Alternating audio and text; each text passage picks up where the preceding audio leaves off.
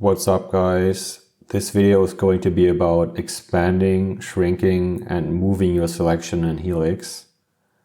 And let's just imagine I want to highlight what's in these quotation marks here.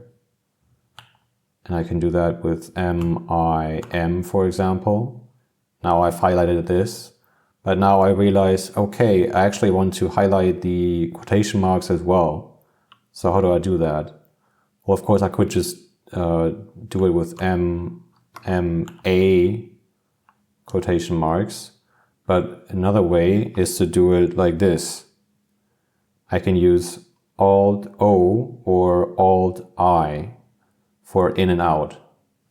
And what that basically does it expands your selection or shrinks it according to the syntax tree, basically, according to the logical hierarchy or tree of the file.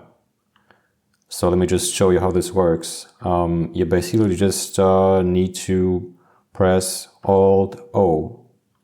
And this way I expand my selection one by one. So now I press Alt-O again. Boom, now I have these quotation marks selected. I can do it again. Now I have the parentheses. Do it again. Now I have this thing. Now I have all this. And I can keep going here. And now I have everything. So now if I want to go back, I just use Alt-I for in. And I can just go back here. One by one. And this is very useful if you just want to adjust your selection a little bit because you made a mistake and you want to correct that. And in relation to that, another feature that is also useful is you can move to the sibling of the current selection. And you can do that with Alt-N and Alt-P for next and previous.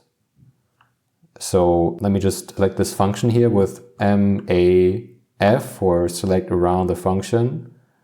Now I have this whole function here selected.